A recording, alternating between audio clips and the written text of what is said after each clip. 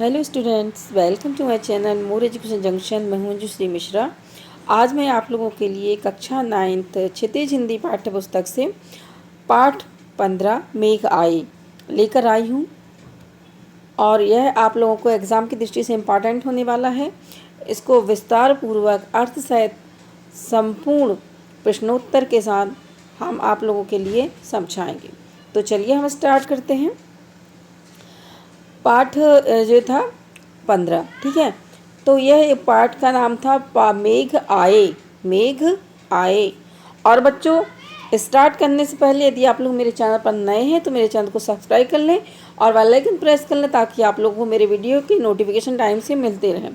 और भी पाठ हैं जो हिंदी में 9th के हैं, वो आप लोग प्ले लिस्ट में जाकर देख सकते हैं।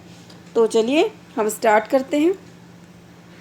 मेघ आए। मेघ आए पाठ जो है, इसके जो लेखक हैं वह हैं सर्वेश्वर दयाल सक्सेना, ठीक है।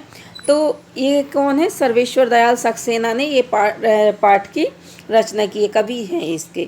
तो इनका जन्म जो हुआ था वह उत्तर प्रदेश के बस्ती जिले में 1927 में हुआ। उन्होंने इलाहाबाद विश्वविद्यालय से उच्च शिक्षा ग्रहण की। आरंभ में उन्हें जीविका हेतु काफ़ी संघर्ष करना पड़ा।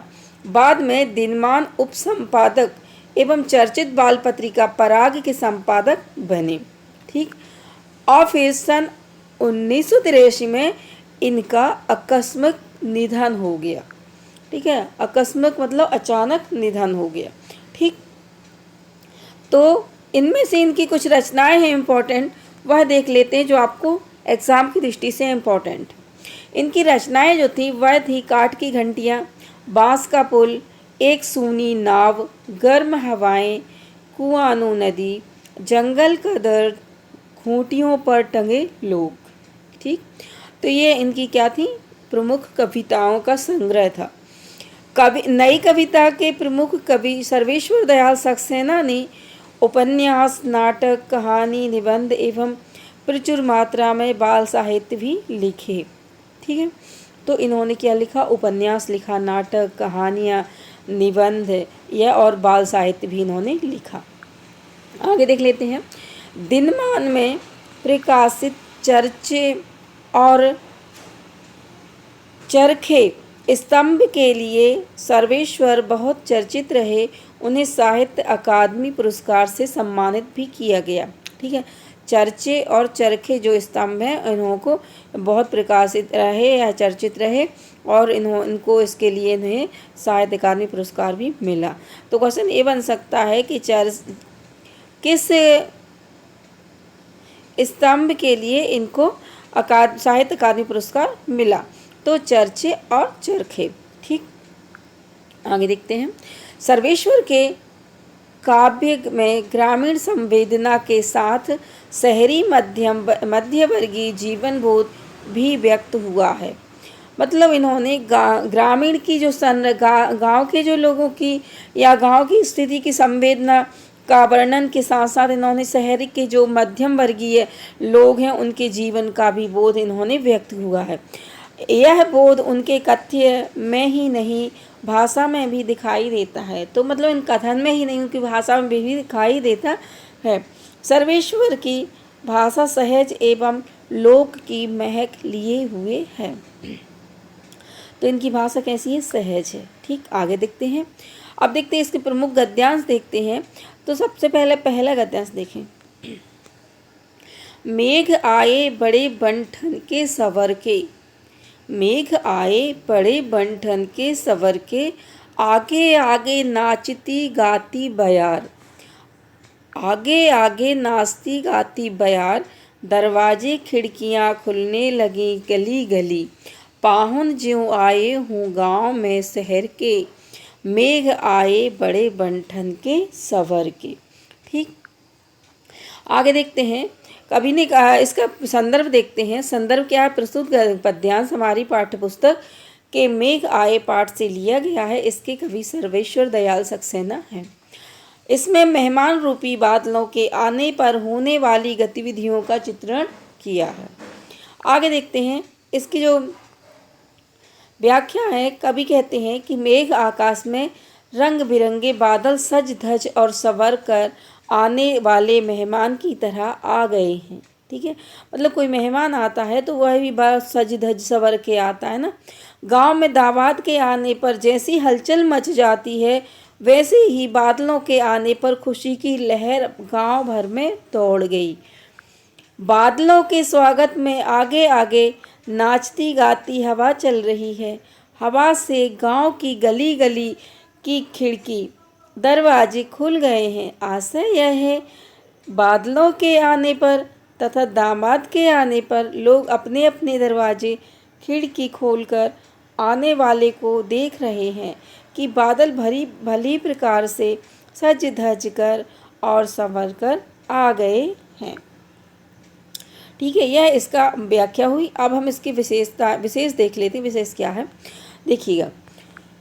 बादलों और दामाद के आगमन पर होने वाली हलचल का अंकन किया गया है। ठीक है, दूसरा है, पूरे गांव में खुशी की लहर व्याप्त हो गई है। तीसरा, व्यावहारिक भाषा का प्रयोग किया गया है। और पुनरुक्ति, प्रकाश और अनुप्रास अलंकारों का स्वाभाविक प्रयोग हुआ है। तो देखिए, आपको पता होना चाहिए पुनरुक्ति अलंकार और प्रकाश अलंकार कौन कौन से। देखिए, आगे हम देखते हैं, आगे आगे आगे आगे में क्या, कौन सा अलंकार है, आगे आगे में कौन सा अलंकार है, पुनरुक्ति प्रकाश अलंकार। ठीक है, पाहुन ज्यों आए हों गांव में शहर के, तो जहाँ पर ज्यों आता है वहाँ पर उत्प्रेक्षा अलंकार होता है। कौन सा अलंकार होता है, उत्प्रेक्षा। ठीक है, ये आप लिख सकते हैं कि पाहुन ज्यों आए, इसमें ज्यों दिया गया है ना। जहाँ पर ज्यों शब्द आए, ज्यों त्यों जनु मनु मानो, यहाँ पर कौन सा अलंकार हो जाएगा, उत्प्रेक्षा अलंकार। ओके, और यहाँ पर गली गली में भी कौन सा अलंकार, प्रकाश उक्ति अलंकार है। ठीक, और आगे देखते हैं अनुप्रास अलंकार। यहाँ पर अनुप्रास अलंकार किसमें है, मेघ आए बड़े बड़े बन। ठीक है, यहाँ पर बा वर्ण की बार बार दो बार क्या हो गई, आवृत्ति, जिसके कारण यह क्या हो गया, अनुप्रास अलंकार। ओके, आगे देखते हैं।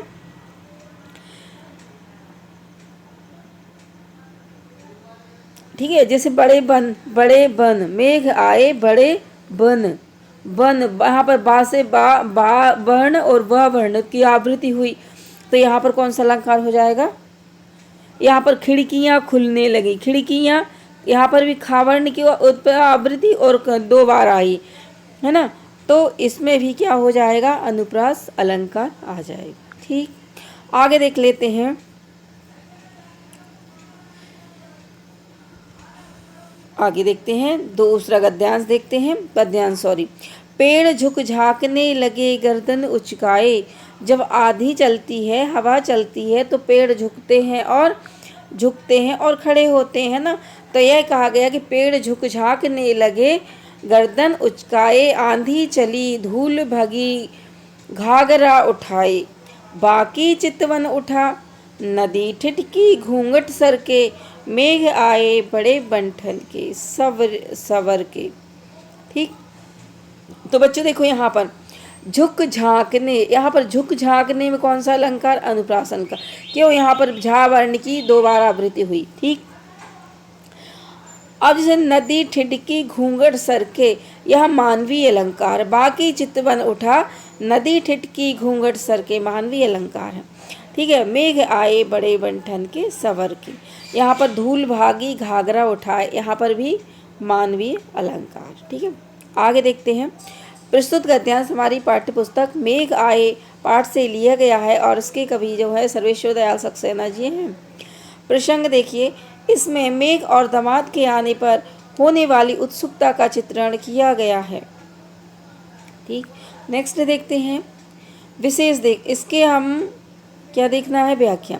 चलिए, तो व्याख्या देखते हैं कि बादलों के आने से पहले चलने वाली हवा से झुकने वाले वृक्ष ऐसे लग रहे हैं मानो वे अपनी गर्दन उचकाकर बादलों को देख रहे हों। दामाद के आने की सूचना पर गांव के आदमी उन्हें झांक झांक कर देख रहे हैं। हवा के तेज होने से धूल उड़ने लगी। इससे ऐसा लग रहा है मानो कोई ग्रामीण युवती दामाद के आने की खबर सुनकर लहंगा ऊपर किए दौड़ भागी जा रही है, लहंगा ऊपर समेट के भागी जा रही है। बादलों का आना नदी के लिए अच्छा समाचार है, वह पानी से भर जाएगी, इसलिए वह ठिठक कर बादलों को देखने लगी। ठीक उसी तरह गांव की स्त्रियां दामाद के आने पर पर्दा उठाकर तिरछी नज़र से उन्हें देखने का प्रयत्न कर रही हैं। उन्हें बादल और दामाद सज धज और संवर कर आते दिखाई पड़ते हैं। चलिए इनका विशेष देखते हैं। विशेष में क्या है? मेघ और दामाद के आने पर गांव के बच्चों, स्त्री तथा आदमियों की उत्सुकता का सजीव चित्रण हुआ है। सरल सुबोध खड़ी बोली का प्रयोग हुआ है। रूपक अनुप्रास अलंकारों का सहज प्रयोग किया गया है। ठीक है, आगे देखते हैं पद्यांश तीसरा। बूढ़े पीपल ने आगे बढ़कर जुहार की। बूढ़े पीपल ने, पीपल मतलब पीपल का एक पेड़ होता है ना। बूढ़े पीपल ने, पुराना कोई पीपल का पेड़ है, तो उसने आगे बढ़कर जुहार की मतलब स्वागत किया। बरस बाद सुधिलीनी, बोली अकुलाई लता ओट हो किवाड़ की। किवाड़ मतलब किवाड़, दरवाजे है ना। अकुलाई व्याकुल हो गई। हर्षाया ताल लाया पानी परात भर के, मेघ आए बड़े बंठन के सवर के। ठीक है, तो इसका हमारा संदर्भ क्या रहेगा? प्रस्तुत पद्यांश हमारी पाठ्यपुस्तक के पाठ मेघ आए से लिया गया है। इसके कवि सर्वेश्वर दयाल सक्सेना हैं। इसका आप संदर्भ देखते हैं। प्रस्तुत संदर्भ एक सेकेंड। ठीक है, इसका प्रसंग देखते हैं। प्रसंग यह है कि यहाँ पर मेघ और दामाद के स्वागत सत्कार का स्वाभाविक अंकन किया गया है कि जब मेघ और दामाद आते हैं तो इनके स्वागत का चित्रण किया गया। आगे देखते हैं व्याख्या। व्याख्या में जब बादल बरसने के लिए आ गए तो वृद्ध पीपल ने हवा से झुककर उनको आदर सहित प्रणाम किया और उन्हें उलाहना दिया कि पूरे 1 वर्ष बाद आपको हमारी याद आई है। दामाद के ससुराल पहुंचने पर घर के बुजुर्ग ने उन्हें आदर सहित नमन किया और शिकायत की कि आप एक बार क्यों आए हो, जल्दी जल्दी आया करो। पीपल के आयु बहुत होती है तथा उन्हें वह वातावरण को प्रदूषण मुक्त भी करती है, इसलिए घर के हित का ध्यान रखने वाले के रूप में उसको बुजुर्ग कहा गया है। बादल के आने पर उत्सुकता से भरी लता ने वृक्ष को लता ने जो किवाड़ है, दरवाजे हैं यहाँ पर, उसकी आड़ में खड़ी होकर मेघों से शिकायत की कि तुमने मेरी पूरे 1 साल बाद खबर ली। गांव की लड़कियां गांव में पति के सामने नहीं आती हैं, वे आड़ से बात करती हैं, इसलिए दामाद के आने पर उनकी पत्नी ने उलाहना दिया कि तुम तो मुझे भूल ही गए। पूरे एक साल बाद मेरे पास आए हो। बादल, यहाँ पर साल होगा या वर्ष होगा, है ना। बादलों को देखकर तालाब भी उसके स्वागत के लिए परात भरकर पानी लेकर आया, अर्थात वह उनके स्वागत में आ गया। दामाद के आने पर उसका साला खुश होकर उनके पैर धोने के लिए तालाब से परात में पानी भरकर ले आया। सभी प्रसन्न हैं क्योंकि मेघ और दामाद बहुत सज धज कर तथा संवर कर आ गए हैं। इसका विशेष देखते हैं। विशेष में मेघ तथा दामाद के स्वागत के लिए बूढ़े युवा तथा युवतियां सभी उत्सुक हैं। दूसरा देखते हैं, व्यवहारिक भाषा में विषय को प्रस्तुत किया गया है। तीसरा, स्मरण तथा अनुप्रास अलंकार का स्वाभाविक सौंदर्य दर्शनीय है। ठीक है, आगे देखते हैं पद्यांश 4। क्षितिज अटारी गहराई दामिनी दमकी, क्षितिज अटारी गहराई दामिनी धमकी, क्षमा करो गांठ खुल गई अब भरम की। बांध टूटा झरझर मिलन के, अश्रु ढर के, मेघ आए बड़े बंठन के। देखते हैं कि प्रस्तुत पद्यांश हमारी पाठ्य पुस्तक के पाठ मेघ आए से लिया गया है। इसके कवि सर्वेश्वर दयाल सक्सेना हैं।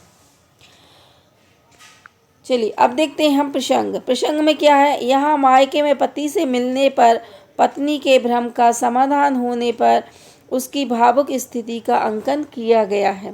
देखिए अब इसका व्याख्या है।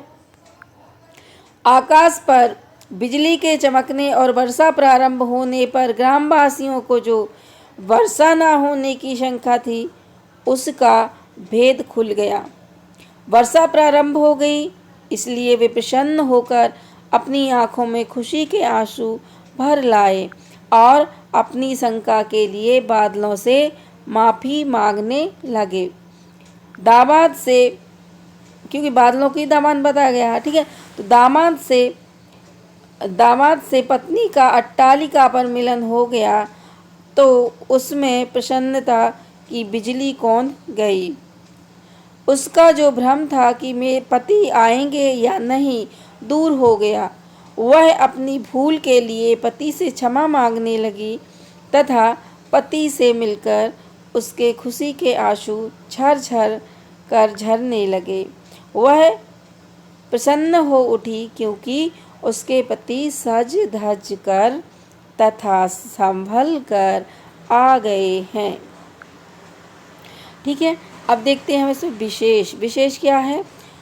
पॉइंट नंबर फर्स्ट देखना, इसमें पानी गिरने तथा दामाद के आने पर जो शंकाएं थीं उनके निवारण और प्रसन्नता की लहर का वर्णन हुआ। सरल सुबोध खड़ी बोली को अपनाया गया। रूपक, पुनरुक्ति, प्रकाश तथा अनुप्रास अलंकारों की छटा दर्शनीय है। चलिए आगे देखते हैं प्रश्नाभ्यास में देखते हैं प्रश्न नंबर फर्स्ट, बादलों के आने पर प्रकृति में जिन गतिशील क्रियाओं को कवि ने चित्रित किया उन्हें लिखिए। तो जो हमारा कवि ने जो चित्रित किया गया है बादलों के आने पर उनको हमें लिखना है। ठीक है, तो बादलों के आने पर हवा चलने लगती है, ठीक, आंधी आती है तो धूल उड़ने लगती है, नदी ठिठक जाती है, पीपल हवा के झोंके से झुकने लगते हैं, लता अकुलाने लगती है तथा तालाब पानी लेकर आता है, क्षितिज पर बिजली चमकने लगती है, बांध टूटने से पानी बहने लगता है, आदि प्राकृतिक गतिशील क्रियाएं होने लगती हैं जिनका कवि ने अंकन किया। ठीक, ये अब क्वेश्चन नंबर सेकंड देखते हैं, निम्नलिखित में से किसके प्रतीक बताया गया है। तो धूल को प्रतीक बताया गया है। किसका प्रतीक बताया गया? नौवेवती का। पेड़ को व्यक्तियों का, नदी को स्त्रियों का, ठीक, लता को नायिका या फिर पत्नी का, ताल साले या नौवेवक का। ठीक, ये हो गए। आगे देखते हैं प्रश्न नंबर 3, लता के ने बादल रूपी मेहमान को किस तरह देखा और क्यों। ठीक है, तो लता ने बादल रूपी मेहमान को किवाड़ की ओट से देखा। मेहमान पूरे 1 साल बाद आए हैं, इसलिए वह उन्हें देखने के लिए बहुत उत्सुक है। वह अपनी माँ के यहाँ है, इसलिए खुले में नहीं मिल सकती, वह ओट से देखती है। नेक्स्ट देखते हैं प्रश्न नंबर 4, भाव स्पष्ट करना। क्षमा करो गांठ खुल गई अब भरम की। तो नायिका को भ्रम था कि नायक पति आएंगे या नहीं आएंगे, उसे भुला बैठे हैं क्या। वह सशंकित थी, किंतु जब वे आ गए तो उसका भ्रम दूर हो गया। अब नायिका अपनी शंका के लिए क्षमा मांग रही है। दूसरी ओर ग्रामीणों को भी शंका थी कि बादल आएंगे या नहीं। जब बादल आ गए तो वे भी शंका के लिए बादलों से क्षमा मांगते हैं। नेक्स्ट देखना खा, बाकी चितवन उठा, नदी ठिठकी घूंघट सर के, मेघ आए बड़े बंठन की। ठीक है, आगे देखते हैं। मेघ आए तो नदी प्रसन्न हुई क्योंकि उसमें जल भर जाएगा। क्योंकि जब बारिश होती है तो नदी ताल तालाब सभी में जल भर जाता है, ठीक है। तो वह भी प्रसन्न हो गई, अतः वह ठिठक गई और नज़र उठाकर बादलों को देखने लगी। मतलब वह ठहर गई, ठिठक गई मतलब ठहर गई और नज़र उठाकर बादलों को देखने लगी। उधर दामाद को आए साल बीत गया था, इसलिए गांव की स्त्रियों को पता लगा कि दामाद आ गए हैं, तो उनके घूंघट खिसक गए और उन्हें तिरछी नज़र से देखने लगे। ठीक। प्रश्न नंबर 5 देखते हैं। मेघ रूपी मेहमान के आने से वातावरण में क्या परिवर्तन होता है? तो जो वातावरण है उसमें क्या परिवर्तन हुआ, देखिए। मेघ रूपी मेहमान के आते ही ग्रामीणों की हलचल तेज हवा चलने लगी। ग्रामीणों की हलचल की तेज हवा चलने लगी।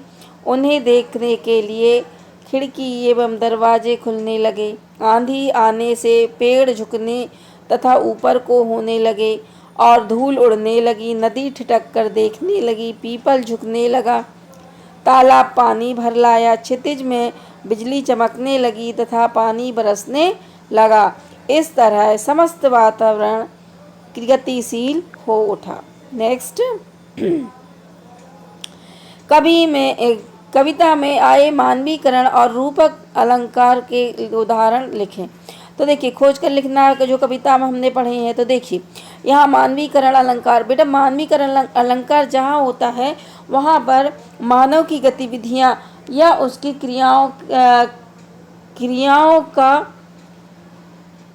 मानव की जो गतिविधियाँ होती हैं और उसकी क्रियाओं के उदाहरण दिए जाते हैं, ठीक है। जैसे आगे आगे नाचती बहार, तो बयार नाचती है क्या? नहीं ना। बयार मतलब हवा, तो हवा नाचती है क्या? नहीं। लेकिन उसको बताया गया कि आगे आगे नाचती बयार, तो नाचती। यहाँ पर बयार का स्त्री रूप में मानवीकरण किया गया है। बयार का जो है, क्योंकि स्त्री क्या करती, नाचती ना, उस रूप में मानवीकरण किया गया। मेघ आए बड़े बन के सवर के, तो मेघ को दामाद रूप में चित्रित किया गया है, ठीक है। दामाद के रूप में क्या किया गया? चित्रित। पेड़ झुक झांकने लगे, गर्दन उचकाए। यहाँ पर देखो गर्दन उचकाए, है ना, झुक कर, पेड़ झुक झांकने लगे गर्दन। यहाँ पेड़ों का ग्रामीणों के मानवीकरण के रूप में किया गया है।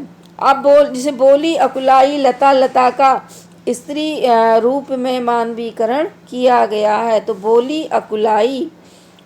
धूल भागी घाघरा उठाए, तो यहाँ पर घाघरा उठाए कौन सा घाघरा उठाए, तो घाघरा कौन पहनती है? लड़कियां पहनती हैं। तो यहाँ मानव की क्रियाकलापों का चित्रण किया गया है, ठीक है।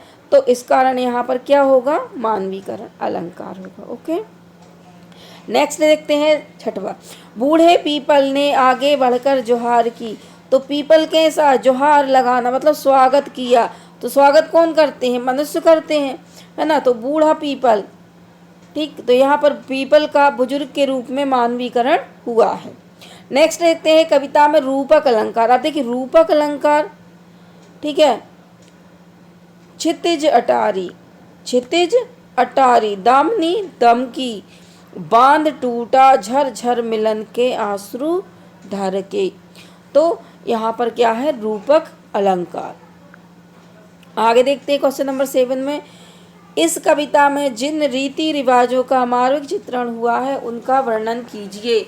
तो जिन रीति रिवाजों का मार्मिक चित्रण, आगे देखते हैं आंसर देखते हैं इसका। इस कविता में निम्न प्रकार से जो रीति रिवाज हैं उनका चित्रण हुआ। तो देखिए, गांव में दामाद के आने पर सभी लोग उनका स्वागत करते हैं, पहला, ठीक। घर आने पर घर के बुजुर्ग उनको झुककर प्रणाम करते हैं, स्वागत करते हैं। स्त्रियां पर्दा करती हैं। इन रीति रिवाज मतलब गांव में जो रीति रिवाज आते हैं ना कविता में जो दिए गए, कौन कौन से ऐसे रीति रिवाज हैं, ठीक है। मायके में पत्नी पति से खुले में नहीं मिल सकती है और मेहमान का पैर धोकर स्वागत किया जाता है। ये गांव की क्या है? रीति रिवाज है।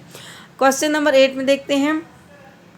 कविता में कवि ने आकाश में बादल और गांव में मेहमान के आने का जो रोचक वर्णन किया है उसे लिखिए। तो रोचक वर्णन किया है, तो कविता में आकाश में मेघों के और गांव में दामाद के आने का समान रूप से वर्णन किया गया है। जब आकाश में मेघ आते हैं तो ग्रामीण उल्लास से भर उठते हैं।